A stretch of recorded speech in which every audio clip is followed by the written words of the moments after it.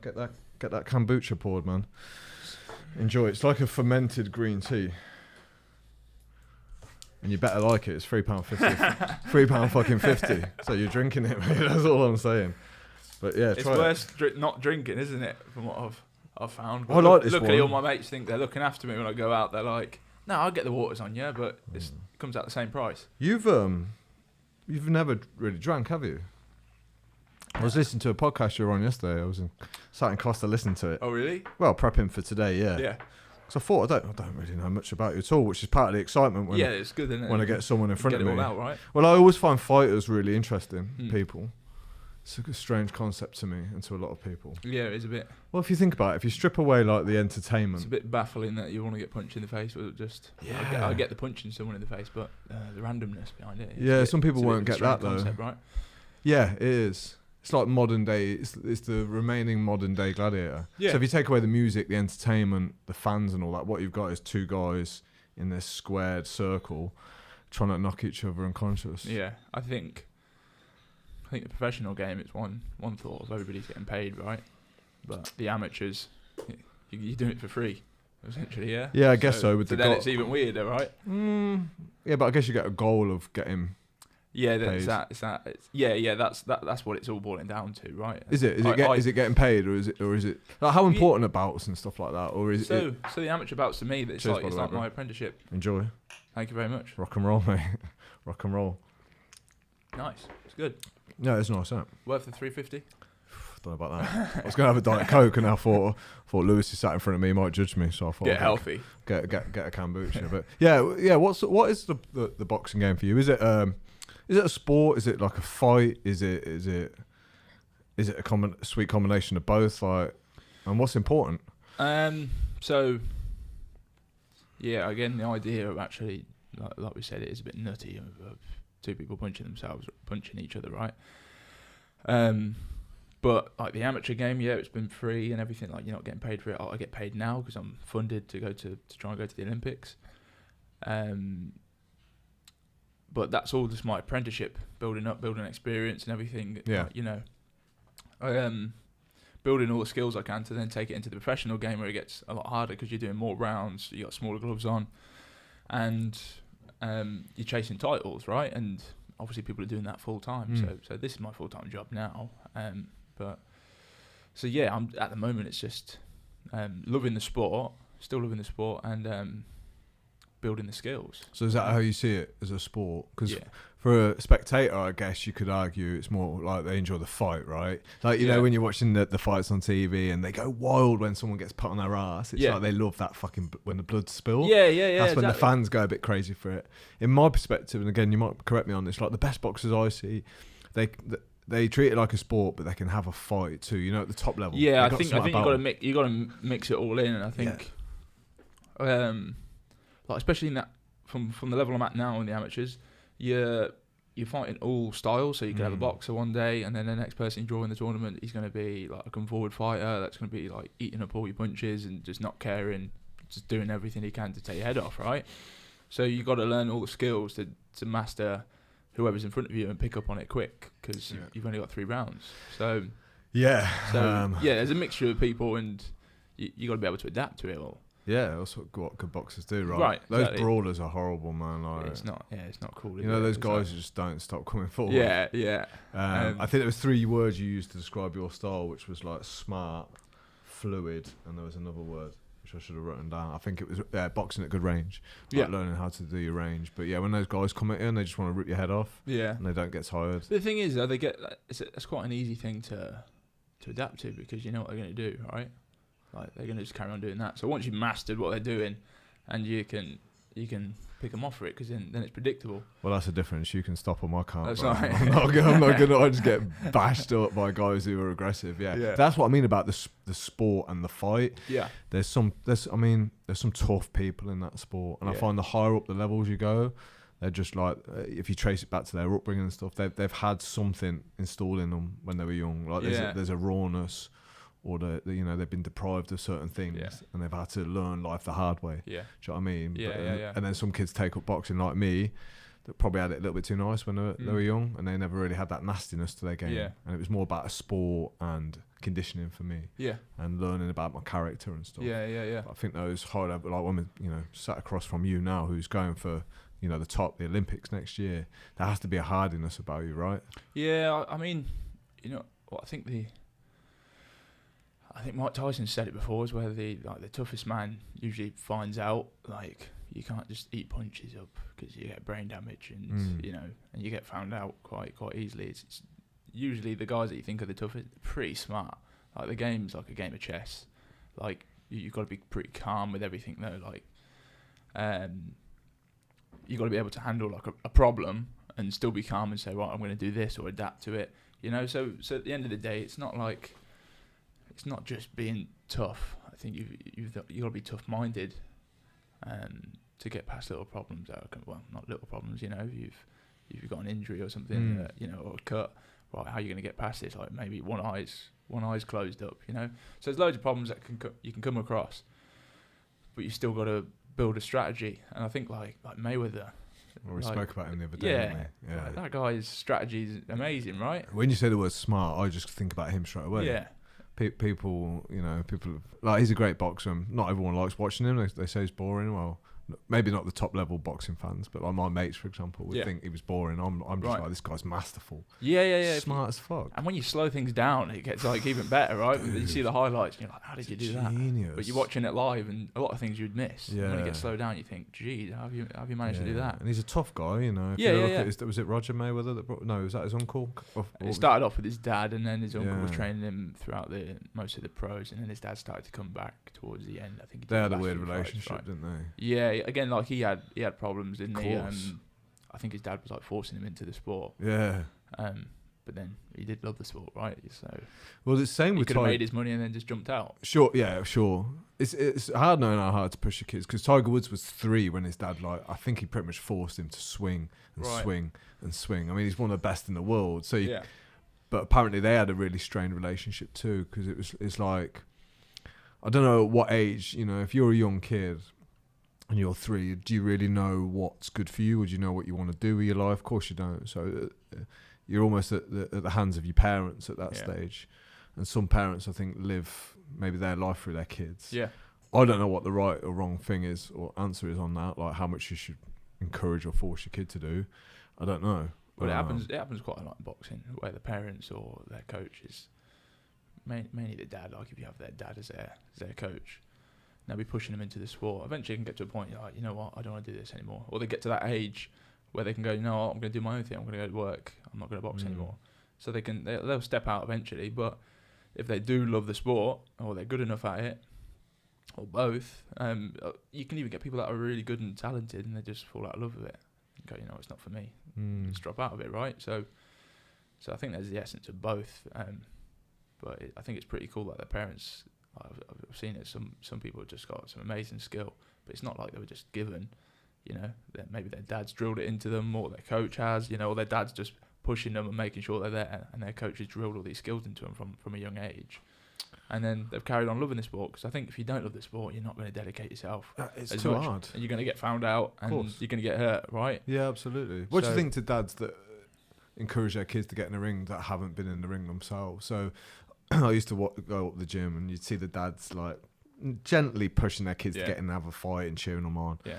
But then I noticed that like some of the guys were saying that they'd never been in the ring, they'd never pushed themselves in that position. I always find that a bit of a weird dynamic when you've got a kid and you're encouraging them to do something that perhaps you didn't do. Now, there's a couple of different ways of looking at it. Well, I wish I had when I was young, so I'm going to encourage my kid to do it.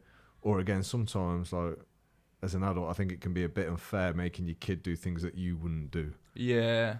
But then again, you may know that it's just it is a really good thing, isn't it? Right, boxing, it's such a good thing for someone to know that, if it comes, you can't go around saying what you want to people, because you may get smack in the mouth. So it's quite a good thing to learn, and it humbles you, the sport. It's good for your confidence and everything like that. A bit of self-defense, and obviously discipline. So maybe they know, if they haven't fought before, maybe they know, what, this is actually really good, and I should have done this when I was younger, so they could put their kid into it, But then again, there's lines that could be crossed, So most of the time, I haven't seen it from that side because I haven't been watching the parents. Right? I've been doing the training myself, but my dad's always been there, helping me and pushing me, taking me down the gym. He was the first person to take me down the gym.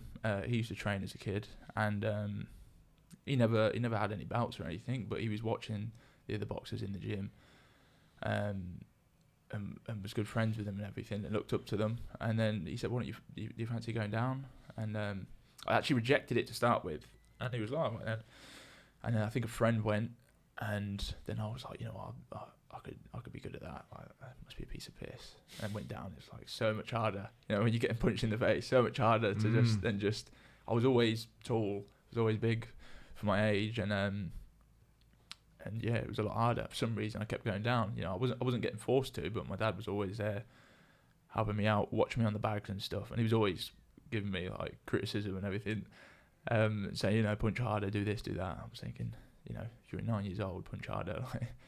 So yeah, there's always that help, but he's never pushed me too far. I thought, you know, I'm not getting forced. He's never forced me into it, you know. But I've just carried on loving it. So yeah, it's worked out. It's very humbling when you first start boxing. I was brought up watching Rocky, so you can imagine the disconnect between reality and the films that you see. I mean, what a film! I loved it, and yeah, that got me shadow boxing around my bedroom when I was young. I used to love those montages, those training montages. But like I say, then there's something happens when you have your first fight. You kind of realise what a fucking hard sport it is, and it's not anything like the movies portray. Excuse me.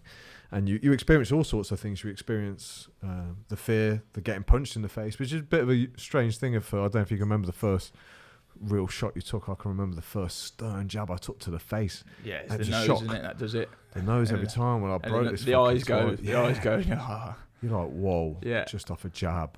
And yeah, and then sometimes you feel that aggression in you where you like to be the one throwing the jabs in the face. That's quite a new thing for a lot of people. So I loved that first experience when that fucking it's all red, and you enjoy that pounding on someone. It's a good feeling. But the thing is, most of the time that anger ends up working against you. That's why most of these fighters in the pros are trying to get each other angry, and then they know what sort of game they're going to bring. You know, that anger, and then they figure them out, and you know, 6 rounds later they're tired, and then it's too late. You can't all of a sudden recover, right? Sure. So it's the mind games as well. But yeah, I think most of the time now like it's avoiding the anger at that level. It's avoiding the anger and again controlling yourself, because you can fall into a trap, right?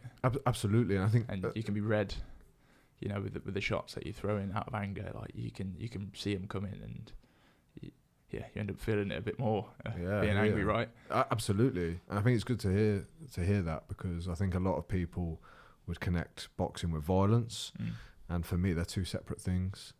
So you're right, it actually teaches you how to channel your emotions. Me and you spoke about this when we had coffee last week, you know, the ability for a man to handle his emotions. Yeah. So if you can handle anger and still be calm and cool and composed, dude, you're going to fucking win in life. Yeah. I think because especially if somebody can wind you up, like, you know, and get you going. People will abuse it, won't they? Sure. So yeah, being able to be calm when you want to, and not letting people know what ticks you off. I think it's a good thing to have controlled, right? 1000%. Yeah, we can't all just work off of anger and going nuts, because you end up being either locked up pretty soon or somebody will deal with you, right? Absolutely. I was doing a little bit of writing today. I was writing about this. If I could go back in time, I would learn those skills. I would learn how to deal with emotions. I would learn how to not let them consume me. Because you're right. You're not acting from a good place half the time. Yeah. And boxing can really help teach you that. It can really help teach you that, especially if you've got a good mentor and a good coach. So important. Definitely. Something that really jumped out to me was your reference to Dan Pena on the podcast, and we mentioned Andrew Tate's name. So it's quite clear that you like those quite direct, no nonsense, hard mentors that And Dan Pena gets on his what's it called when he brings people to his castle. He gets them boxing, right? And he does. You know, he's getting everybody swinging for each other. So. And he's doing it for the right reasons, isn't he? You know, he's showing that, how good it is. You know, and Well, he's quite a tough man. And that's a link he? to business somehow. So it's a mindset, isn't yeah. it? It's a mindset. And yeah, Dan Peña's fucking ruthless. Yeah. I mean, he's one of the old school. There's not many of him left. There won't be many of him in the future. No, there won't. I think because I mean, I'm surprised he's still going on the internet quite well from the stuff he says, right? Well, this is what confuses he's not quite me. Big enough. That's it. I think that's the point. It confuses me. Like, he's probably more hardcore than Andrew Tate when you listen to him. Yeah. But he's not been banned or censored. Yeah. Andrew Tate has. It's crazy, man. Yeah. It's crazy. I think he's really good, and a lot of the stuff he's saying is literally just working hard for what he wants, right? Yeah, it's business, but he was talking about, you know, if you want something, he was writing his goals out, structuring it all, and going over it daily, and was literally working from his office and sleeping in his office, wasn't he? From his story, what he was making out that starting off, he was like, you've got to actually put the graft in, you know, even if you are in a suit, you know. Yeah, well, work ethic is something everyone's accessible to. Like, everyone can access it. So it doesn't matter how talented you are or what kind of upbringing you've had. Like, we're all on an even playing field with effort. So it's the only thing that we can all contribute towards. Yeah. And mate, it makes you feel good, even if you fail. Like, if you go to bed each night and you look back over your day and you've tried hard, even if you got bashed up in the ring or business has not gone well, there's an element of pride. There's something there that allows you to be okay with the outcome, even if it's not good. You can turn some most negatives into a positive. You can find out something from it, right? Every drawback, every problem, you can figure out where positivity and work from it and say, you know what, it was a crap day. Why was it? And improve the next, right? Sure. And I think some lessons come a bit later on. So you might have a disaster appear in your life, or what seems like a disaster, and it's 3 years later.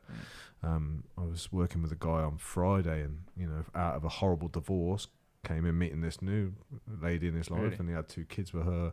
But he said at the time it was the pits. Yeah. You know, he wanted to fucking kill himself, like, type thing. Jeez. Yeah, it's that kind of thing. You hear this all the time, and then all of a sudden, like, you look back and you're like, if you wouldn't have gone through that pain, maybe even stuck it out, like, he might have, you know, not be as happy as he is, right? So it's hard when you're in it. When you're in shit times in your life. I think the biggest crisis for man now is not having a purpose. Yeah. It's, again, what you've got with the Olympics coming up is absolute pure clarity on purpose. Yeah. Like, you haven't got to sit there and think about what the fuck you're doing with your life, you know, and you've got somewhere to channel your energy. It's really healthy. Yeah, it's really healthy. I think it's a hard thing for most people to find out your purpose, isn't it? Right, it's the thing that most people go through their lives, and, you know, you're trying to figure out what it is, or if it's been taken away from you. You know, you can't do it. If I was to get an injury, that it means I can't go to the Olympics, or, you know, but even if I didn't go to the Olympics, I'll have another goal set in place. You know, so that it's going to be pretty hard to take that away from me, but you always got another step, you know. Do you think about this? What if it all goes sideways? Do you have because visualization? No, I don't have a backup plan actually. The idea of, I mean, I do, but I don't create a lot of attention towards the backup plan, because I like the idea of if you're backed into a corner, you gotta fight your way out, right? So you find a way for it to work. You know, I think if you're putting attention into plan B, you're taking your eyes off plan A. Essentially, right? So I think if you perhaps got an idea but focus on plan A, you know, you're not if you're giving yourself options, then you can start, like, looking both ways. Do I really want it? No, you can really channel towards the first plan, right? I think so. Yeah. I think so. I think there's more than one way of looking at situations. So there's that burn the boats thing where you go, the Olympics is the only thing on my mind, and fuck plan B, because plan A is everything. I'm going for it, and my heart and soul's into it. Like, that's probably what a champion would do, right? Makes total sense. But there might be another approach where you say, like, my worthiness doesn't depend on the goal. Yeah. So I'm going to give everything I've got to this Olympics. But let's just say it doesn't happen. I'm cool with who I am, and I'll find something else in life that gives me purpose if it don't work out. Yeah, of course. Depends. Of course. Yeah, that makes sense.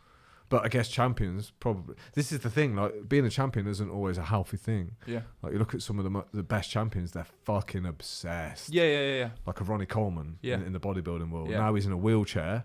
Yeah. Can't walk, but man, he was the fucking goat. I've heard from my strength coach that from James that he they asked him about, do you regret doing that squat that buggered him up, and he was like, whatever weight it was, he was like, yeah, I could have done heavier. Like, well, that's relentless, right?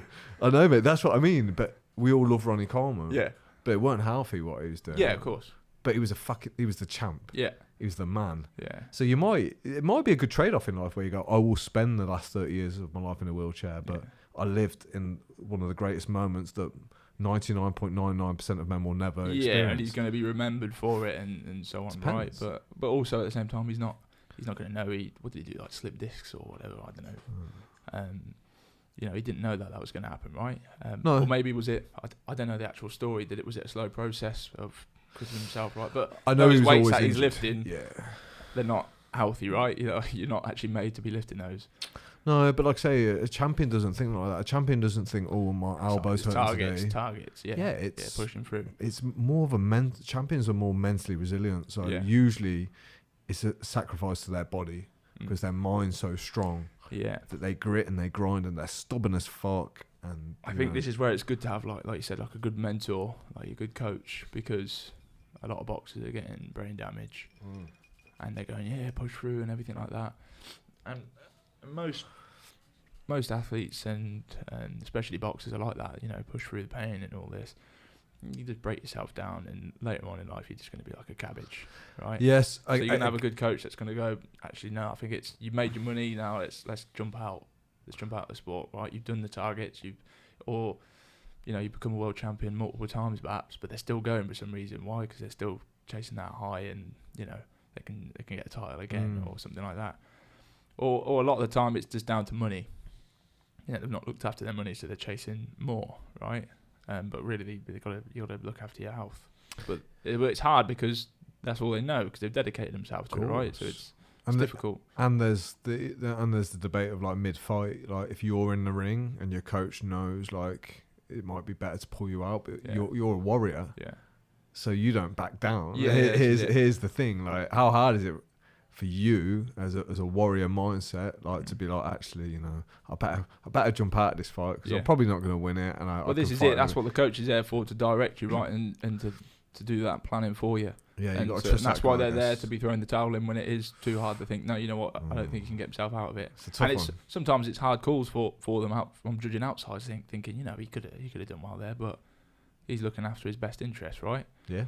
Like the coach is looking after his boxer. It's more than just sometimes it's more than just a business, but sometimes it's like, they're getting their percentage, right? So they're just going to chuck them in with animals and get them hurt. Right. So it's swings and roundabouts. Yeah, and I get why these boxers come back, like the Ricky Hattons, even Tyson, because as we spoke about, when there's what can you do in life that rivals coming out in Vegas against Floyd Mayweather as Ricky Hatton? Like, you got all those fans chanting your name. Like, what a fucking buzz that must be. Yeah, exactly. And then to not have that must be really difficult. Yeah. As we started the podcast off by saying, like, the biggest crisis for a man is no purpose. You can see why some of these guys go back for their glory day, right? Yeah. It's hard. It's got to be, imagine making millions, and then it's all good making millions and sitting back, but then you just go, you know what? I'm still quite bored. Like, you got nothing to chase. Again, not your purpose. And then there's people start to get depressed and and turn to drugs. Why? Because they've got nothing to be channeling their energy towards, right? So I can understand that being a difficult thing for people, right? But then that's everybody's challenge of especially in sports, where they're going to move to after sport. So when they are coming towards the end of their career, maybe the people that are mentoring them, they could say, this is a good way to go. This is perhaps what you want to be doing. But again, it's being lucky enough to come in front of the right people to help you out, right? So if boxing wasn't a sport as of tomorrow, let's just say that, look, we're banning all boxing, it's not safe. Where would you even start looking for something else to do that rivals the passion? Where would you start looking for a purpose? I'd definitely be channeling a lot of energy into the gym still.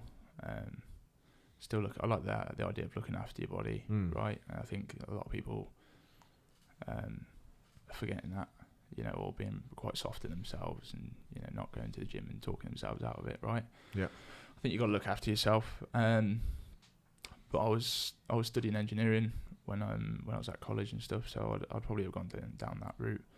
I wouldn't have enjoyed it a fraction of what I did with boxing, But that's probably where I'd go. And I think that's the problem with a lot of people. They're doing jobs that they don't enjoy, or people that I know that go to university, they do degrees or they start a degree, and next minute they've switched to another completely different degree, and then you may leave and then you still can't get a job.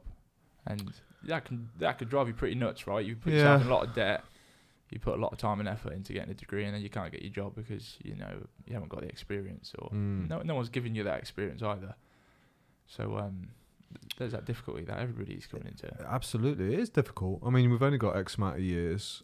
I mean, it's cool to try different stuff, but you've also got to realise that if you want to get good at something, you can't try too many things. Yeah, you got to be dedicating yourself to it, and sure, like that 10,000 hour rule, right? And drilling it and becoming a master. So yeah, but hopefully you become a master of something that you love. So the boxing game, exactly, and then it's not like work. No, I think where some people find themselves is they probably become really good at something that they don't like. So they probably succeeded in one element but failed in another. Yeah, so maybe they've got that bit of talent that's helped them along the way, and they're just a little bit better than everybody. But don't enjoy it. Right? Yeah, I mean, I was doing the prep for this yesterday, and I got a bit envious because I was like, "You're young, you haven't been in the drinking game, you've got an absolute mission in front of you, a purpose, a challenge." I thought, wow, that's fucking awesome. Yeah, it's cool. It's really cool. I've got the coolest job going. Plenty of people. There's one point I was getting paid like really low money, and I was like proper skint. No, I mean, I've not got a lot of money now. I'm still just getting by, but I was proper skint, and my mates were like, one of my mates told me, he was like, "But mate, you're getting," this is when they're all at uni, "you're getting paid to do what you love." And I forgot for a second. I was like, "Oh yeah, you ain't gotta be able to buy lots of things. Obviously everybody does, but yeah, I'm enjoying what I do." So then it just changes your ideas. Sometimes you need that little reminder, that little nudge. Yeah. I think, again, boxing kind of fits in with the minimalist lifestyle. Yeah. So, like, you can't be partying anyway. No. You got to choose one route, right? Usually amateur boxers, they've got something about them. They're not flashy normally. They're hard grafters, They sweat, they bleed, they enjoy the grind, they enjoy the grit. So it's one of those things where probably in the material world, they don't want for much except to climb that ladder, which, again, is pretty admirable. The more study I do, the more I realise that things don't actually make you happy. There's a certain amount of comfort you need in your life, like a roof over your head. You move on to the next thing, right? If you're going materialistic, you can move on to another thing. As soon as you get that car, you want to get the better version, or get a more expensive one. Yeah. So it's just going to carry on moving on. But sure, and I knew that. Like, people used to tell me that all the time, but I still had to go through the process. You got to figure it out yourself, right? Yeah. I'm only 24, but I'm even figuring that out. Yeah. So I think the hard thing is you've got to figure out yourself, but you don't realise till you're older, right? Absolutely, and no matter what your coach or mentor sometimes says, it's kind of like, as a man, you have to go in there and find out yourself. Yeah. There's a lot of education to be done that needs to be done by the self. Yeah. Because we all follow the same pattern. Most guys from the Western world will do that. They'll go school, they'll try and get as much money as they can, they'll buy cool shit, and then most of the time they still feel the same as they did before they bought shit. Yeah. Do you know what I mean? You actually start to realise that there's a world inside your body that the external world can't make up for. Yeah, I mean, you could be working a job like down in London or something. You're working all hours of the day, and then you realise you ain't got free time for yourself. The only time you got is left just to sleep. So common. But you can buy some cool stuff with it, right? You can look cool, but you ain't actually got your freedom, and you don't enjoy your job. Yeah. So you can chase the wrong thing. So yeah, it's a tough one for everybody, isn't it? Yeah, like I say, I think I never want to use the word lucky with you, but I think there is an element of luck when you stumble upon your purpose. Like I feel very fortunate too that I'm doing something that I feel is worthwhile. Yeah. So it's been hard work, just like you, but there is an element of luck that I was born when I was in this time, and I was on this path, and you kind of some people just stumble upon it as well. I was speaking to some guy this morning. We're talking about getting comfortable with the unknown. So half of life is being able to handle the fact that you don't know what the fuck's going to happen. Mm-hmm. Like, you can't. You can't plan everything, can you? You can't plan much, mate. Nah. You can't plan much in life. Yeah. And if you do, you soon find out your plans are they're flawed, because shit happens. Yeah. I mean, things change. Yeah, definitely. People get ill around you. You get ill, injured. May lose a job that I suppose the pandemic was the was the one that really hit people wrong, right? Yeah. You've got a potential war like hanging over people's heads. Yeah. I think that's making people think a bit differently too. I think it is. I think it's real. You know, it feels real. I don't know whether you pay much attention to it. I don't. It's a bit of a difficult one. I don't know if it's social media getting hold of me, but you know, of seeing the truth and what you're being actually told and what actually is the truth behind it. So I see an element of it, and then at the same time, I'm like, is that really the reason behind it, or you know, the reason behind of old wars where they say it's due to terrorism and all that, and actually it's oil or whatever, you know. So I'm not that political, but it's just I question things, you know. Yeah. I try not to anymore because I find the more I know, the more I realise I don't know. So it's one of those weird things. Like I stopped reading newspapers, I stopped doing the social media as much, stopped watching the news. I couldn't handle it, man. There's only so much fear at one person, because it takes you away from your own mission and purpose anyway. Yeah. Do you know what I mean? Whilst you're stressing about Putin, you can't be fucking putting the rounds in on the bag. True. Take your pick. Yeah. So I think social media is the bad thing for that. It is. Even I've got a weakness to it where you just scroll and you go, oh, I'm not.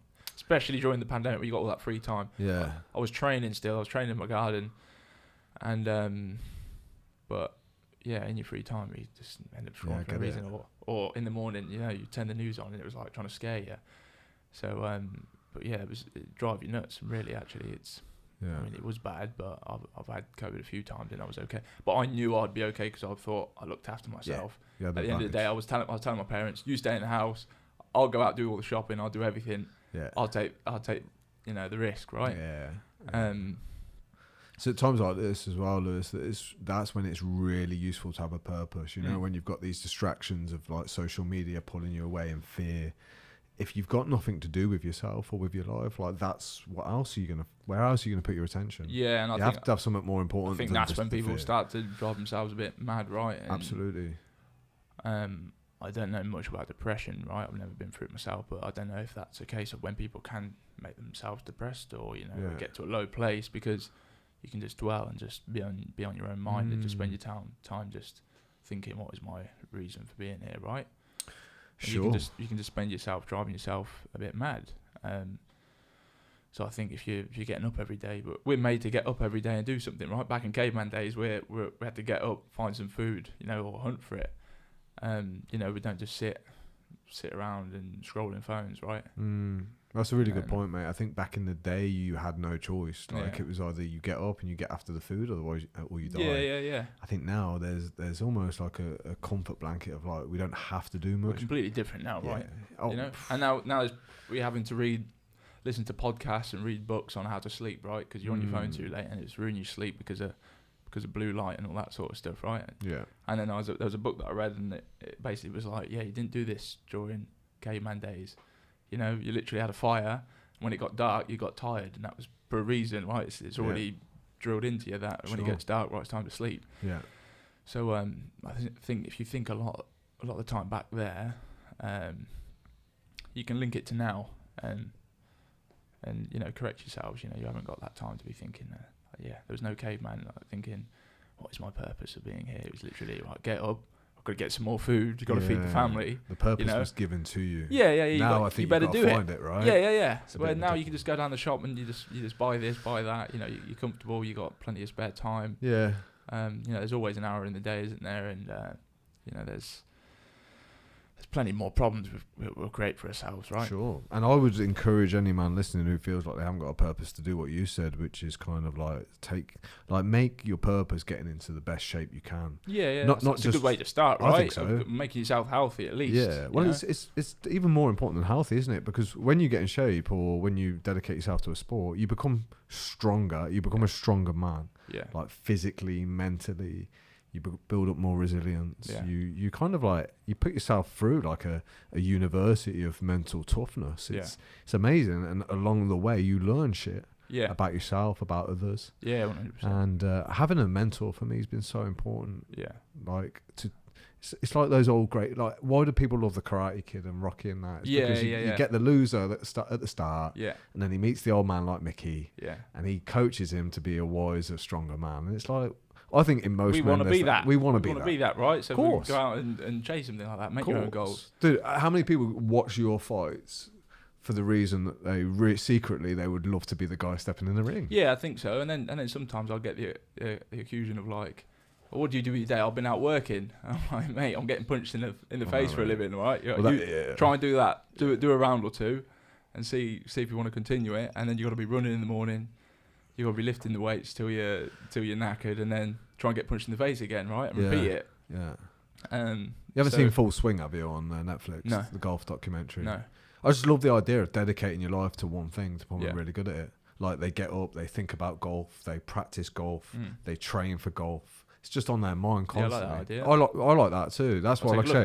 Yeah, it's good, mate. It's really, really good. And that's what I love about what you do too. I'm like, you're dedicated to something. Yeah, you're correcting little things, right? You're looking at small detail. And like we was talking about the other day of, if you've got a problem, go out and fix it. Like Jeff Thompson, right? And he found himself thinking, like what was he? Did he have like anxiety and stuff like that? Yeah, depression, anxiety. He was really violent. And he was like, I'm quite a shy and scared man, right? So he went and jumped on the doors. Yeah. I thought, geez, that's a brave thing to do, right? That's a massive thing to do, especially in Coventry at that time. But did you know about his fear pyramid? So he didn't just start there. He started with spiders. Right. So he did this fear pyramid, and violence was at the top. Right. So at the bottom were things that scared him, but weren't like that scary. I didn't know that. So he started poking a spider, then he started touching it, and eventually he could hold it. Yeah. And he was like, "Oh, I've overcome that base level fear. I'll move on to my next fear." Right. Yeah, mate, you should read some of his stuff. It's really, really good. Yeah. He's a very spiritual guy now, man. Yeah, I know. Now he's fucking crazy, right? Yeah, deep. I think amazing. I had him on here, and he just blows everyone's mind. Yeah. Fucking I'm not at that level yet to understand it, right? I'm still too young to understand half of it, but it's still cool to listen to. I think that idea of what he overcame and everything, and obviously his problems with being on the door, the difficulties, and situations that he got put in. Yeah, with a lot of people coming after him. Even after he's worked his shift, people are still coming after him because he's chinned him, right? Yeah. So I like that idea of him getting into that, and then eventually he's realised, what we're doing, I've actually completed what I wanted to do, There must be similarities in the boxing world, because like you'll be in the Olympics, touch wood, Paris 2024, like there'll be new levels of pressure on your shoulders, right? And surely you've climbed those ranks, so from your first spar to your first amateur fight to the Commonwealths. Yeah. Like, surely you're going through a certain pyramid yourself where the pressure's creeping up, so's your ability to handle the pressure. Yeah. Do you know what I mean? So you're probably climbing a similar ladder with that. Yeah. And you might not even know it. It's just because you've adapted. Experience, and then you're getting put more in the deep end, right? And that's it. And you got a calming presence though, man. You seem pretty chilled. Yeah, well, there's no point panicking, really, is there? No, but I like it. The word smart that you use for your boxing, it oozes out of your character too. You seem very composed, very cool, which I think makes for a dangerous fighter. Yeah, that's it. If you can plan. I've got a good friend who likes strategy and everything. And I was talking about yourself and what you're doing with the podcast. Yeah. And he loves the idea of strategy, and he gives me a lot of ideas and planning and stuff like that I didn't think of. And I was thinking, that's really good. And I'll just pinch it. So just steal it and take it on, right? Yeah. So even the idea of if you get injured, he was like, wow, you're injured and you can't train physically. He's like, you can still train your mind, you can do visualization. And he was telling me about all this data of people that were injured and went through visualization every day and were doing how much ever time, and they came back into the sport and they were still at the same level of shooting, I think, a basketball, the same as the people that maintain training. So there's that, and studying boxing, and opponents and so on like that. So I really, and again, that's just a pal. But again, that turns into a mentor, right? So our mentors are everywhere, mate. Yeah, so you gotta find the right people and look after them, right? Yeah. Someone told me once, like, an injury is just an opportunity to improve another area of your game. Yeah. If your body's injured, improve your mind. If your shoulder's injured, improve your legs. If your legs are injured, improve your upper. Definitely, yeah. I've injured one shoulder, and then you just correct the next shot, right? The other arm, or even your head movement, or your footwork. So there's so much to work on elsewhere, and that's what I mean by every negativity. You can find that positive thing from it, right? So you can come back stronger because, whatever injury it was, okay, that's healed back, but actually now he's got a really good right hand, or he's got a great footwork, right? And or you come back actually fitter, you know, because you've just been on the bike or running or whatever. Your fitness has now gone through the roof. Yeah. So there's always a way of reaching a higher self from those problems, right? Yeah, new levels are important, aren't they? Yeah. Growth is important. I think that keeps us hungry and motivated and focused. So yeah. How do you deal? Well, firstly, do you feel pressure? Like, you know, when you're stepping in the ring with AJ sparring for the first time, when you're in the Commonwealths, when people like Edwin Cleary are saying what a talent you are and what promise you've got, and the Olympics are next year. You got to meet it, right? But you tell people, me, like people say it, and you got to do it, right? Well, so, I don't know, mate. I've never been bigged up so much as you. Do you know what I mean? Like, do you feel the heat? It's everybody's going to feel it, but it's again of how you deal with it, right? Do you like it? So, yeah.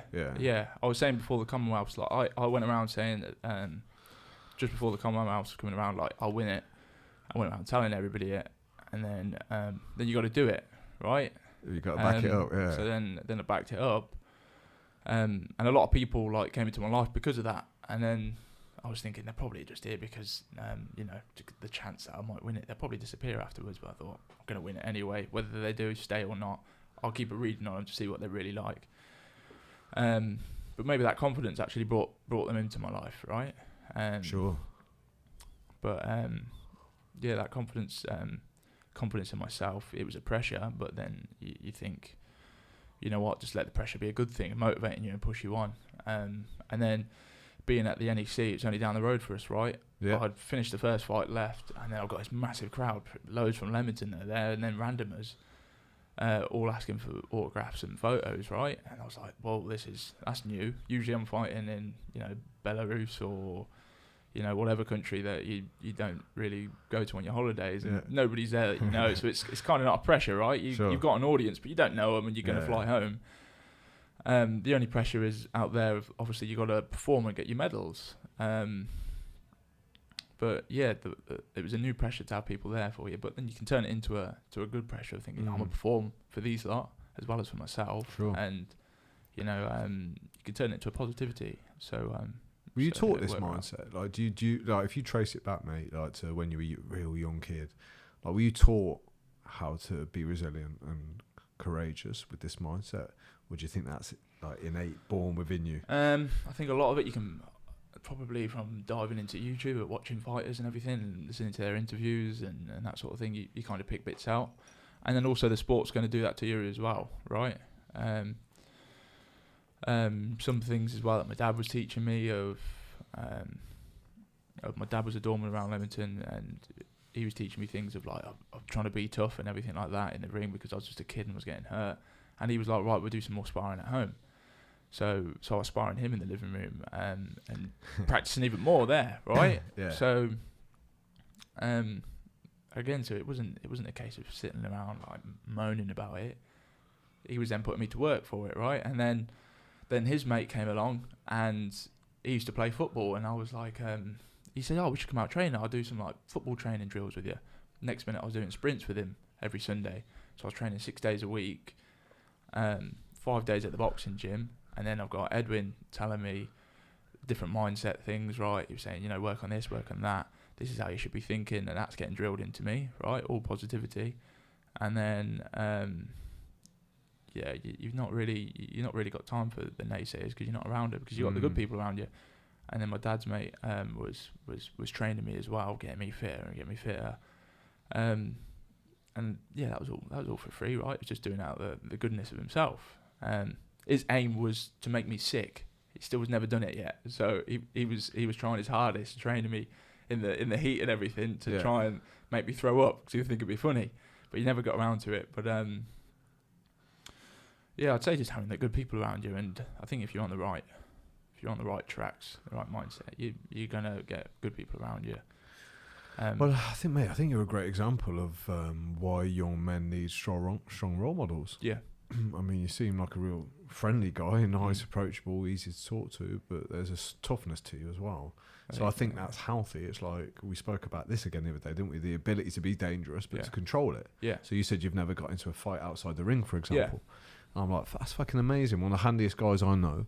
One of you haven't stepped in the room with me. It's true. It's true. Mate, I got a weird style. You don't know what's coming at you. Mate, I tell you. So this is what I encourage through the Better Man and what I think's healthy. I'm like strong men with good role models that are physically and mentally tough, that can be kind and generous to other people. I'm like, why would we not be encouraging men to be like that? I don't see the flip side to it. I don't see the downside to it. Yeah, and I think this is probably where it comes down to like knife crime going up in the rise, right? Because not many people are actually like having a straightener. Yeah, they're turning straight to the knife, you know. Whereas, like further up north, my mates are telling me like, no, you got a problem with somebody, they're just having a straightener. And I was like, really? I was like, it doesn't really happen. Like, I don't hear of it happening too much, you know, or someone gets a sly punch from behind them, and they run off, you know, and that was the end of the story, right? But I think the idea of if you took a step outside and you've had a straightener and then it's just resolved, that's a pretty good way of going about it. It's just like boxing, right? Which is that quite old school then in this discipline. It was like someone hits you, hit them back type. Yeah. So we were talking about this, right? He was he was always pushing me like literally at school. He's like, if you got a problem with someone, he was like, drop them, and he was like, make sure you do it in one shot. He's like, don't give him a chance. Do it in one. I was like, Dad, it don't work like that, mate. Like, you can't just go around doing that. I've never had a big enough problem to be doing that, or even at my age now, like, I don't drink, so I don't really get put in the situations, or if I have, it's because they're a pisshead, right? And you're like, literally, mate, come on now, like you know, you can, I suppose if you're pissed, then it's all like anger coming out, and the next minute there's a big problem. Well, I haven't really had those problems, so. Who taught you that soft side then, to be like, oh, Dad, I just can't drop everyone? Who taught you that? I don't know. I think that's probably just from being in school, or it's probably from telling him a small problem. You know, if it was a case of fighting, you probably would have fought if it was at that level. But if it was from such a small situation, and he's telling me to drop someone, I was thinking, mate, it's a bit far. But that's what he was raised up through, right? He was dyslexic, you see, so that was probably a problem that he was coming across that people didn't understand, and he was literally resolving problems like that. So he was dropping people, and then he was doing that for a living, or his extra job in the evenings on the doors, and he was saying literally, you can't give somebody a chance because they will take their chances and do you in, right?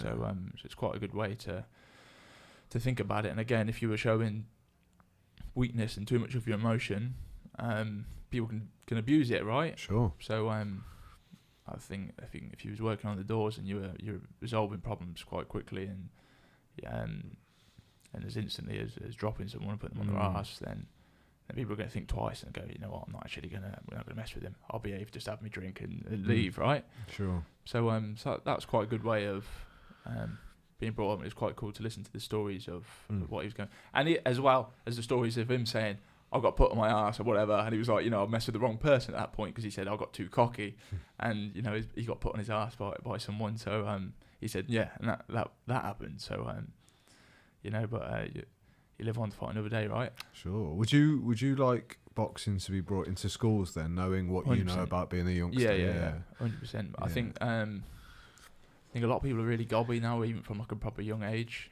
and you think like, yeah, what a cheek, and especially like, I mean, obviously I weren't hit at school or anything, but all of that's kind of gone from school and from what we've been told of, like, you couldn't get away with that at school. But now kids are allowed to gob off to their teachers, right? And you know you can't get anything back. Well, I was hearing stories of literally if you had a problem with another kid, like they'd stick gloves on them and they'd just have a scrap, make a little ring with the students around them, and they'd have a scrap. Yeah, that ain't happening now. I'm not sure how long ago that was, but I thought that was quite a good idea, you know. and if you're kids, you can't hit hard enough for them to probably lose a tooth or something, you know. Probably not even to get a black eye if you put big enough gloves on them. Yeah. But I think that's a really good idea, and it just takes that big-headedness out of you. Like, there is always someone bigger or perhaps smarter that can work their way around you. So you got to keep your head about you. Yeah. You know, so you can't just go being a bully. So yeah, I think 100% that would be a real good thing, and to learn about yourself, and again it insert some discipline as well, right? I think so. I think the hardest thing, like parents listening to this would probably be horrified by the idea of that, right? Because again, most people don't understand it. It just, it sounds like it's all like punishment and fighting. But I think, again, like we said earlier, you kind of have to sometimes taste these things for yourself to realise the lessons that are in them. Yeah.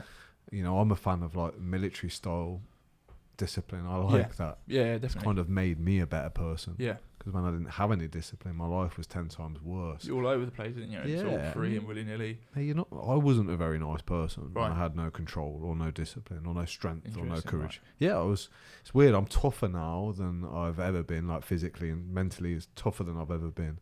But I'm much kinder with it, you know. Right. It's allowed me because, I can behave in certain ways now. Yeah. I can be more structured. I can get my own shit in order, basically.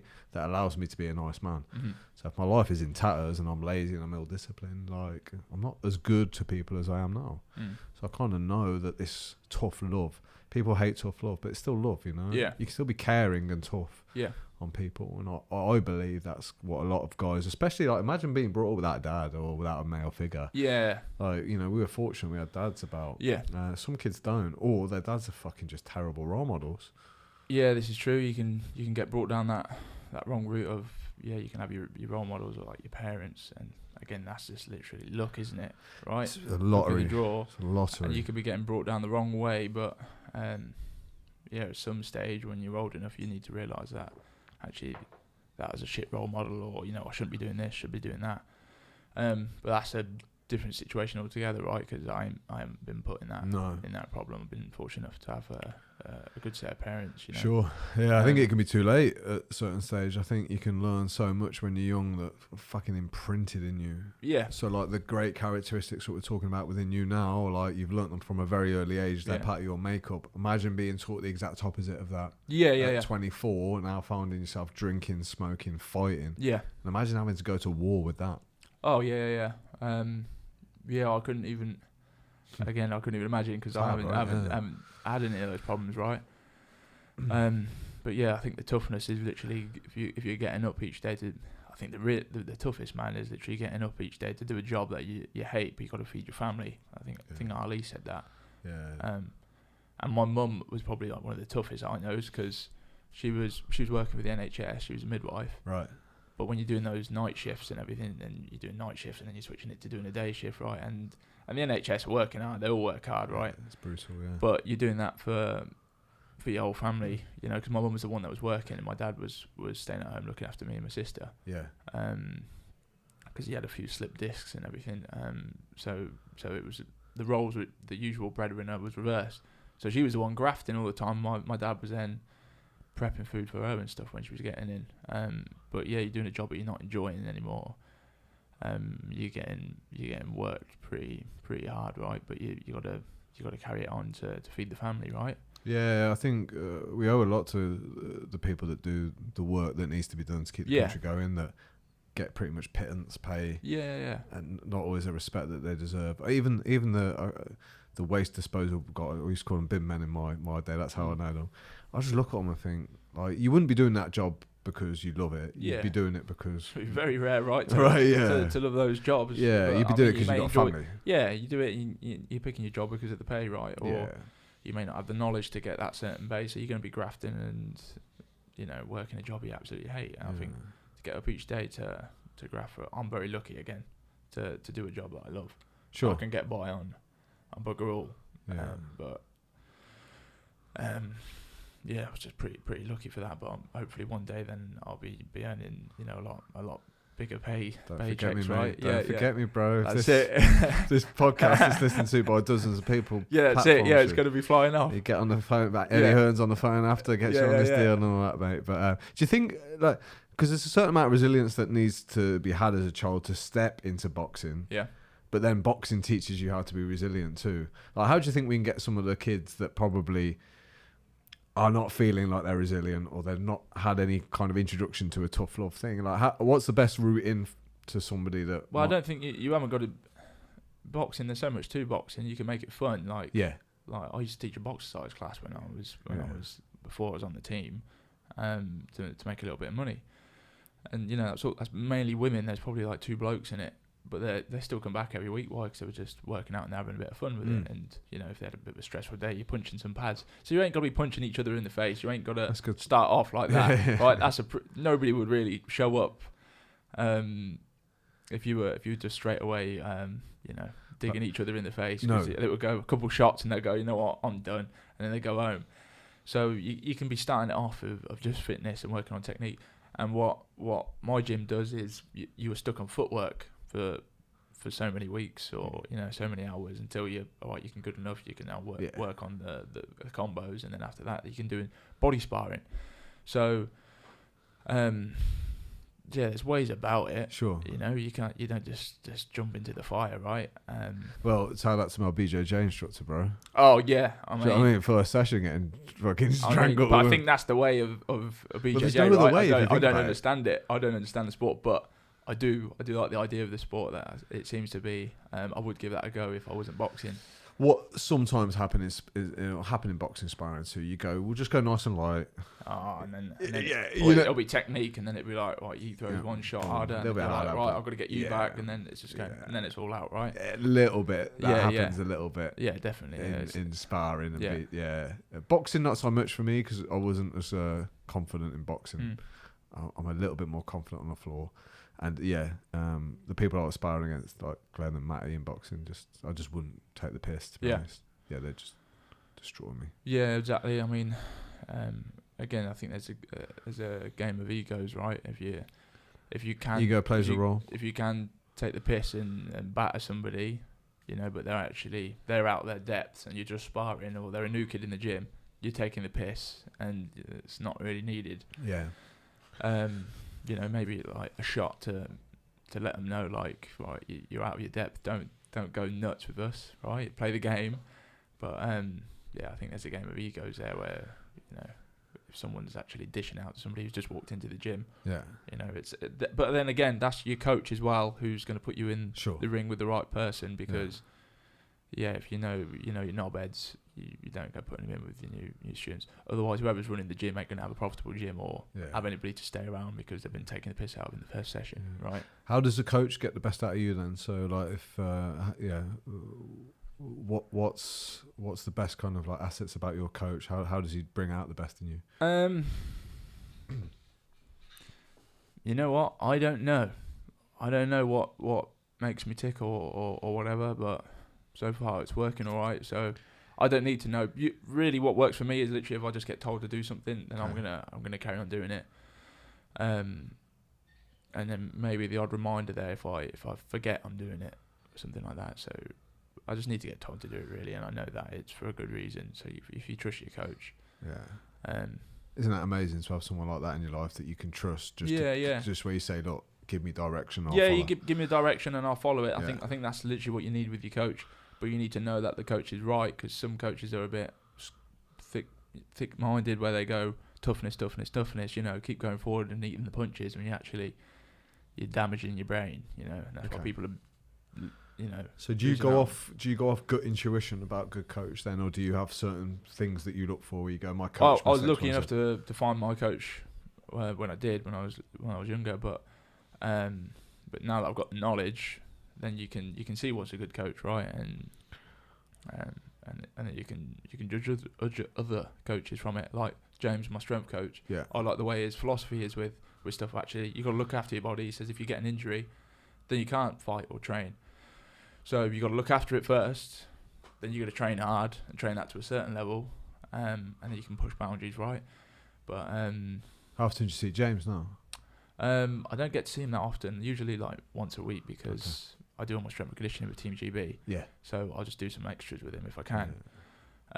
But again, like, I'll show him the sessions that I've done throughout the week, and he'll go, we ain't really got much to do because you've done most things already. And he's like, literally, let's just have a stretch or, you know, roll out on the foam roller. So I quite like that mindset of being able to look after your body as well, because that's my tool, right? Sure, yeah.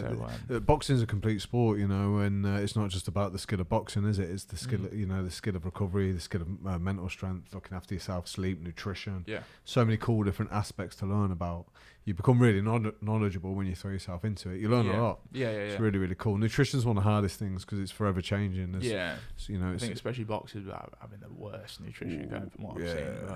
I've got some cool nutritionists now. Good. That I've got like locally, that like are watching everything. Obviously, we've got one on the team as well, but some guys that are watching things a lot more closely and doing different measurements on me and everything. So I like the idea of getting, with boxing, you've got such a big bubble. Now you can either look at everything yourself, but that's again taking your eyes off the prize, or you get some people around you to go and tell you like, and trust them. This is the direction to go. This is what we're going to do.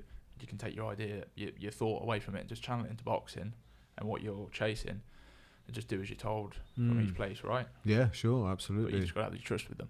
Yeah, and I don't have accessibility to like sleep coach and everything, but this is like Whoop Band, because sleep was something I was traditionally pretty shit at, so I train hard. Yeah. But now it's actually pretty hard to get good sleep as well, isn't it? It's harder than I thought. It's to chase the good scores. I've been trying it as well. Yeah. It's not. You may think you've got good sleep, and then you think, oh, actually, it's pretty broken, or I've not actually recovered that well. So that's an aspect of training as well that you've got to improve. Well, I try. Again, I'm a little bit cautious because sometimes, when you feel like you've had a good sleep and then you wake up, your recovery's not good. I don't ever want that placebo effect. Yeah, the placebo of like, oh, I'm not recovered, and all that shit. But this is where I've got to educate myself too. Like, I'm traditionally good at I'll do the fucking graft anyway. Yeah. And that's my go-to. Yeah. Had no sleep, I'm going to train like an animal anyway. Yeah. Feeling stressed, I'll train anyway.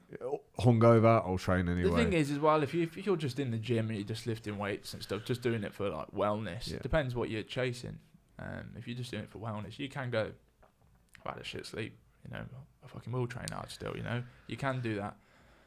I think personally, maybe I'm not sure if it's helpful though for wellness. Yeah, it's not going to be. It's the mental, helpful, right? It's the mental resilience. Still a bit shit. I'm still going to carry on with it. I think if you're an athlete of them really pushing it, you can't get away with it. You're gonna. It's too marginal, mate. Yeah, it's too marginal. You can get injuries and stuff, right? Well, yeah. I mean, you're playing at a level where like the Olympics comes around once every 4 years. Yeah. You've got a peak next year. Like the margins are tiny, so everything that you can do from sleep, nutrition to recovery is going to play a massive role. Yeah.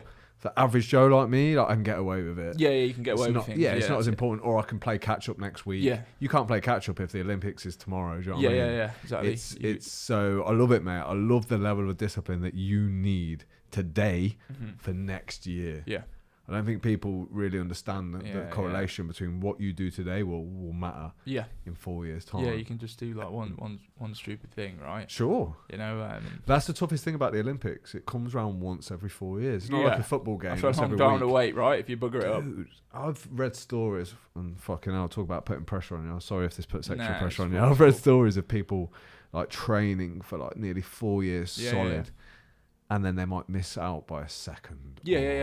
Or they get injured like a week for their qualification, right? You miss out on something so small. And they've been given their heart and soul for 4 years, getting very little pay. Yeah. And then they go, fucking hell, I've missed it. What the fuck do I do with my life now? Yeah. Crazy pressure. That's a hard challenge to get past. Sure, man. Yeah.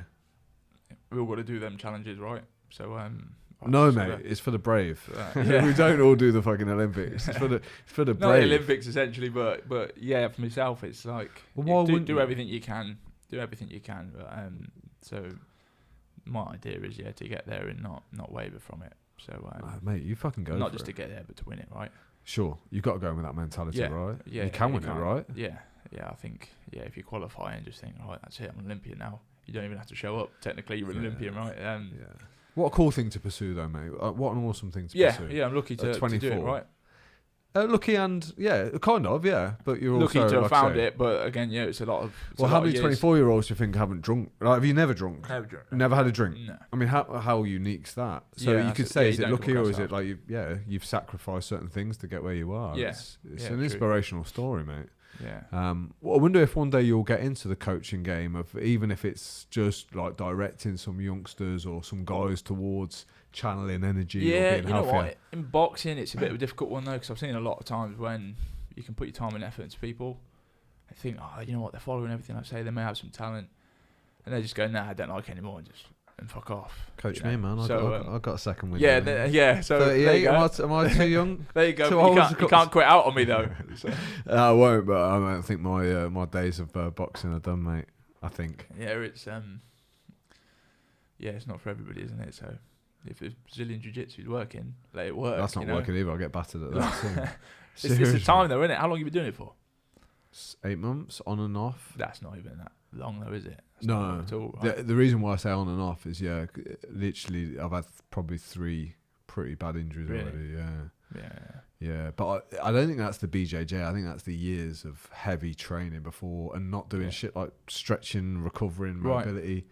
Yeah, mate. Back in the day, like when I was young, dude, I'd walk in the gym, I'd see a bar, I'd go and do a few bar squats, and then I'd fucking slap 220s on each side and get squatting. Yeah, that was it. Yeah, we didn't know about warm ups and mobility. Yeah, now I do, and I'm like, again, hindsight's a great thing, right? I look back and I wish I'd have trained more like an athlete and not a meathead. Yeah. So it's I think you end up learning the hard way, right? Always. Again, it's like we mentioned. It's how I learn. You figure it out the hard way. You don't actually read a book and go, "This is the exact way to do it." Dude, I wish there was a better way to learn than fucking up. Yeah. So how do I learn how to be good in relationships? I fuck them up. Yeah. And learn what not to do next time. Yeah. So one of my things, I'd love to be able to work with 20-year-olds that I could probably save them a bit of suffering and pain. Yeah. Because I think my advice would be get your head fucking sorted. Stop chasing success and start chasing like character of man. Yeah. Strength, courage that way. Yeah. The success, whatever, it will come your way if you work hard. Yeah. But like to pursue that without the thought of becoming a better person, for me, it's just not the way to go. So that's what I'd encourage. That's what I wish I'd do. On your own. You're on your own little mission, right? And and that puts you in the right place, like right frame of mind, and you get your own success, and then that sort of springs out of you, right? And then everybody kind of jumps on that wavelength with you. Yeah, well, people will want to hang around with you, mate. Yeah. People want to be around you. Like, you get the odd naysayer that will try and say stuff, but if you're positive enough, and you know that that's going to happen, and you can read the books and help avoid that sort of thing, and the podcast and all that sort of stuff. The internet's quite a good thing like that. You can put the blinders on. You can get past that sort of thing and still. Yeah, it's not just the positivity though. It's the hard work that I like being around. It's infectious. Yeah. So, like I say, the draw to you is that you're on a mission. Yeah. And you're dedicated and you're disciplined. So you've probably got a positive mindset too. But I consider it more like a heart focused mindset. Yeah, but you're doing that for a reason, right? So you're doing that for a reason, so it makes it a little bit easier. I think if you're just getting up and doing something hard for no reason, but the idea of I just want to be hard, like it's just it's not going to last long, right? So I don't think so. I'm just trying to think what guys can, for me that was maybe a the mission. ice bath challenge that everybody's doing. That's a hard thing. I think. Right. I hate the cold. Yeah. I hate the cold, man. So I know it's good for you, but luckily I shouldn't be doing ice baths all the time. Only end of camps I'll embrace it. I would call you a pussy, mate, but I wouldn't dare. You're doing it often. You doing ice baths often? I do cold showers every day pretty much. Yeah. And I like my river dips and cold baths. I was doing a few of those up in Stratford, right? Yeah. I did it in Richmond. My sports masseuse was doing the swim, she's from the channel. So so when she was training for that, I was like, I just do my cold dip for a few minutes, right? I was doing that. Horrible, but it is horrible. Yeah. So I did a 5-minute one in Richmond up north. That was honestly, man, I couldn't feel my hands for about. Yeah, I was nearly sick. It can take you a while to get it. It goes right to your core, doesn't it? It takes you a while to come back. Up north as well, mate. A lot of things take a while just to come back, right? After those. I think jump in the car and go. Yeah, things happen to your body after 5 minutes of cold water. Like you say, you just want to get the fuck out of sight. You just want to go home, curl up in a ball, cry and wait for things to return back to normal. Yeah, return to size. Do you know what I mean? But again, mentally though, I love it because every time it sucks, but I'm stronger mentally because I put myself through it. There's a payoff. You wouldn't do I think that's what we're saying. Yeah. You've got to have a payoff to the hard work. Yeah. But sometimes the payoff isn't a medal, it's a feeling. Yeah. It's you do feel good after doing a nice bath, right? Yeah. But even when you go gym, like for a guy to come home and know that he's done the work, might be the reward itself. Yeah, true. Do you know what I mean? True. Because I think when we talk about purpose, people go, well, I'm not an athlete. I haven't got a business. I'm like, purpose can be such a normal thing, but an important thing. Even like on a parental level, like, I mean, what a great purpose to want to be a great dad. Yeah. Fucking hell, I'd love that purpose. Like, what a purpose that is. Yeah, true. So then you can step back and go, well, what do I think would make me a great dad? Yeah. Well, let's face it, a great dad is going to lead by example. He's going to be fit and healthy and be able to play with his kids. So there's your kind of mission. We can create mission. Yeah. We've got to create mission. Else, what the fuck do you do with yourself all day? Yeah. Often watch Netflix and wank off to porn. Yeah. Yeah. Which is, again, it's an easy thing. Have some goals, mate, and use your time wisely. Dude, if you're 25 now and single, you're probably watching too much porn, on Tinder, watching Netflix, playing computer games, drinking beer, all the things that we know contribute towards you feeling like dog shit. Yeah. And you're probably broke as well. Probably broke because you're spending all your money on takeaways. And that don't help, right? No. Been there though, mate. Been there. Serious. Yeah. Yeah. I'm glad you haven't been there. Yeah. I hope you never go there. But it's pretty much a common path for young lads. Yeah, 100%. And so sometimes I've thought, am I missing out? You ain't fucking missing out. You're not. Yeah. In the end, I've ended up seeing it like, no, I'm not. You see it on social, like, fucking hell. Yeah, dude, it's a bit of a repeat, right? I love that. I know why you would think that, but I guarantee everyone will be looking at you. I'll pass that. Oh, dude. Would I have switched my fucking porn days for training to be in the Olympics? Yeah. Yeah. What do you think to kombucha, by the way? I like it, mate. Taking your time. I wasn't sure if you like it. You know why I was taking my time? Because it was fizzy.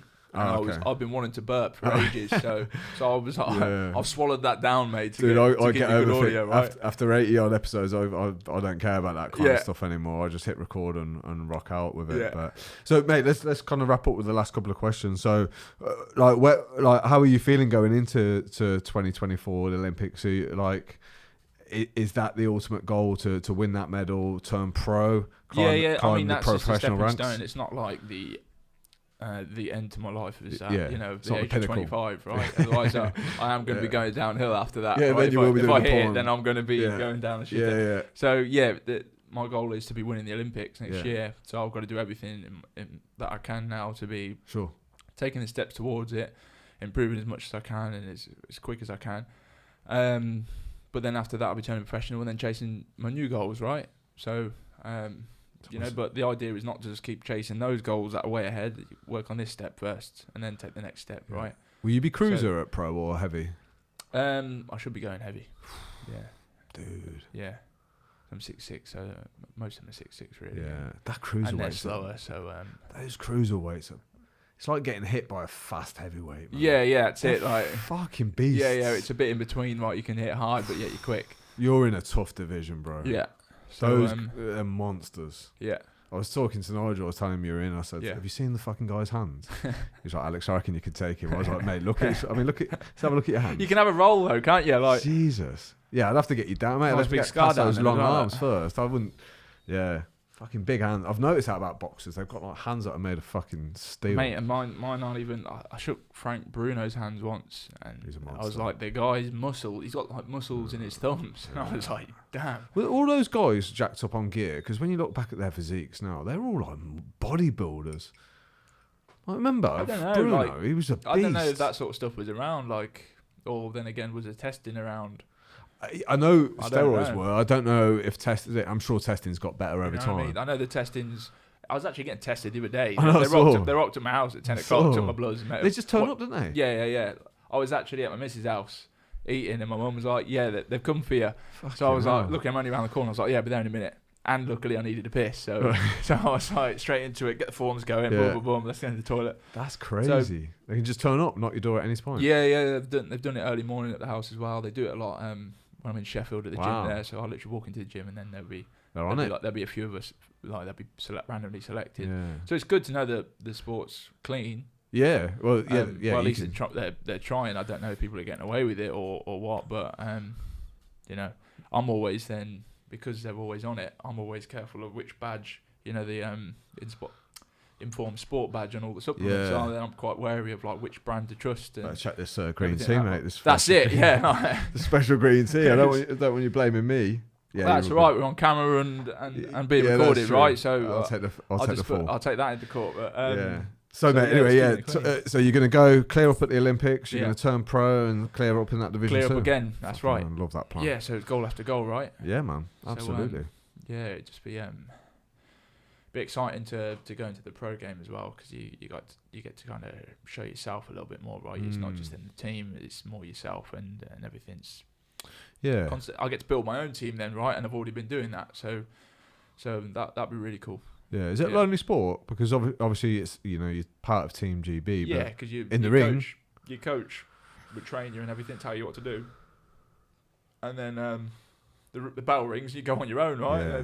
They've buggered off into a stall behind you. So yeah, 100%. So that and that, I think that's what makes it more difficult than a lot of sports, because you got to sacrifice a lot of things. There's a lot of like my mate's wedding and his did I miss his wedding? Yeah, I missed his wedding because I ended up going to some country for a tournament, and his stag do. I've never been on a stag do. I mean, it's not like much I'm going to miss out on the drinking, right? I'll probably just look at my laugh. Yeah. But still, that's a laugh. Couldn't go to them again because I was in another country. I was training in Sheffield, or so everything is just diverted towards training and not skipping out on things, because obviously those small days that you're missing out on is days away from your goal, right? Course, so you got to dedicate everything towards it, and you can be looked upon as boring for it, right? And when I was younger, it was a bit harder to do and think, do I want to go out with my mates and that sort of thing. But look back on it, and I'm glad I followed the route that I have. Yeah, I think now it's considered more admirable than boring. Yeah. But by the way, a sober stag do would be fucking boring as shit. Trust me, you don't want to go to a stag. The trick is, I think the idea of if you've got to drink to have a good time. Yeah. Then you're not on a good wavelength, right? Sure. You know what I mean? If you gotta put a substance in you to become fun, if you can, or maybe that's just because I've never drank, right? I've got to create it myself. You know? So I'm not gonna lie. Have a laugh yourself. I'm a little bit more fun after a few beers. Yeah. Well, everybody says this. I'm on my own wavelength of saying, enjoy yourself sober, right? So no, I'm not going to argue it. Some of my best times in my life have come after a few beers. Yeah. However, on the flip side, some of the worst times. Yeah. So there's a level to it, right? Yeah, there's a level, right? There is a level, and logically, I can sit back and kind of find that nice sweet spot where I've just had like 4 beers, but after 4 beers, that sweet spot's fucking evaporated. And the new sweet spot is like 10 beers and 5 Jaeger bombs. Do you know what I mean? And that's when you start doing stupid shit. Yeah. So yeah, mate, you're on the right path.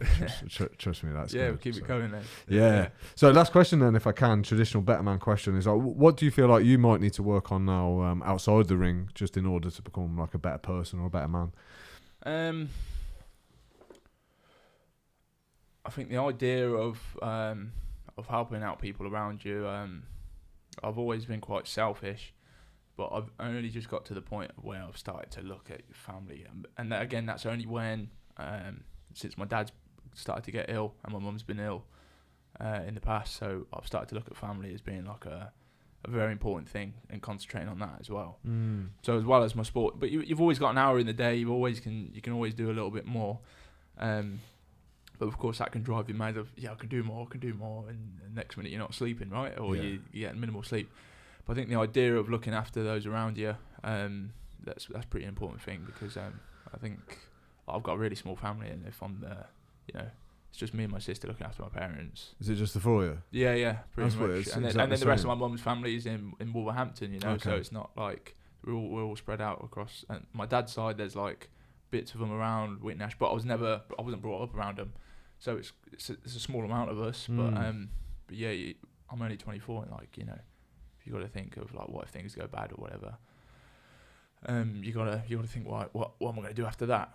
So you got to be looking after those around you, and my parents have looked after me, obviously raised me up, and I know they've done a good job, right? I haven't jumped on the heroin yet, so they've done well. So I've got to be trying to do them well and help out where I can. For my mum, my mum's now looking after my dad and stuff. So when I come home, if I can get them anything or help out anywhere, I can do, Yeah. So, I understand that. I've got my mum, my dad, and my sister. So no aunties, no uncles, no grandparents, no cousins. Yeah. It's just the 4 of us. Really? Yeah, one of my best achievement, mate, last year was I went to Iceland for 6 weeks, and I was in a position where I could pay for my mum and dad to fly over for a week, put them up, spend time with them for a week. That's a good touch. I've managed to get on a trip to Lapland this year. Nice. And like you say, that becomes the biggest wins, you know. Yeah. And you can look after the people that looked after you. Yeah. That kind of stuff. So I kind of thrive off the responsibility of that now too. Yeah. Like it's a bit scary, like when you. Like I'm still young as anything, right? 24, but yeah, it's quite good that you can realise that now before it's too late. You know, before they're gone, and think I could have done this, I could have done that. Obviously the idea of if I can make some more money, I can look after them better, right? But that's a thing that's going to come a little bit later on. So I'm chasing those goals of earning large amounts to then look after them as well as I can. My mum always reminds me as well. She said, whatever house you get, I'll get a little granny flat at the bottom of it, right? That was always what my folks my dad's always wanted a Rolex, so yeah, the idea of chasing that, you know, I'm not rushing that, but if I can look after them now, not financially, just you know, just being there for them and running around for them if needs be, then I will do, right? Because of course, I'm right. A lot of people aren't lucky enough to even have certain people in their family, right? No, mate, and it just adds to the context of that purpose. It really, so when booze is around or whatever distractions might pull you away from that, like you've got real concrete reasons not to be taken off path. Yeah, mate, I wish I was as fucking smart as you when I was 24. I ain't that smart. Trust me. And you can fight. It's just not fair, man. Do you know what I mean? It's just what's going on. Yeah, man. So telling everybody to get into boxing then. That's the way forward, maybe. I think there's a really good argument that it's served you really well. Yeah. It's put you on a good path. It's made you disciplined. Like I say, you seem like a real kind guy as well. So it's, maybe there's a good argument that it would make men better. Yeah. Thank you for having me, mate. Mate, thank you. I was fucking honoured. I always find it weird when people say they'll come on. I'm like, well, I always get a bit nervous asking because I'm like, that people automatically think, what the fuck do I want to go on Alex's podcast for? But you said so I was going to jump at the chance. That's why I only met you on the other week and I've got you straight on. I thought, what a great opportunity to speak to you. So, mate, thank you. Thank you, mate. And good luck putting Leamington on the map, right? Putting Leamington on the map. And good luck, man, for the... Cheers. If you need any coaching... Yeah, we'll get... What the fuck are you laughing at? Some BJJ wrestling. If you need any advice or any coaching, just give me a shout, yeah? Yeah, of course. No, thank you, man. Nice one, mate. That was wicked, mate.